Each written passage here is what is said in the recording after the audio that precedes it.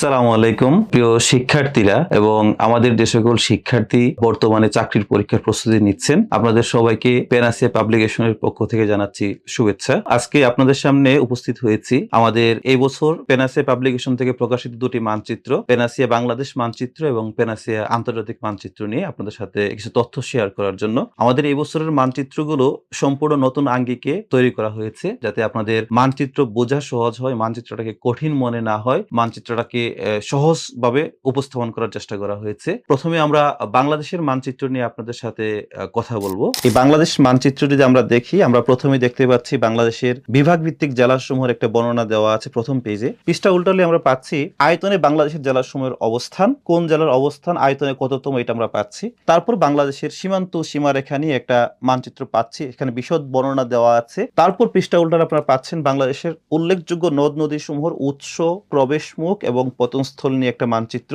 এরপর পৃষ্ঠা উল্টালে আপনারা পাচ্ছেন গুরুত্বপূর্ণ চারটি মানচিত্র, মুক্তিযুদ্ধের সেক্টর পরিচিতি, বাংলাদেশের ভূপ্রকৃতি, বাংলাদেশের বিশেষ ভৌগোলিক বৈশিষ্ট্য, বাংলাদেশের ক্ষুদ্র নৃগোষ্ঠী নিয়ে বিস্তারিত আলোচনা করা আছে। এরপর আমাদের মূল মানচিত্র, তথ্যের একটা ভান্ডার পাবেন, যে তথ্যগুলো থেকে আমাদের পরীক্ষাগুলো প্রশ্ন এসে থাকে। আশা করি এই মানচিত্রটা আপনাদের জন্য অনেক উপকারী এবং অনেক হেল্পফুল হবে আপনাদের পরীক্ষার জন্য, পরীক্ষার প্রস্তুতির জন্য।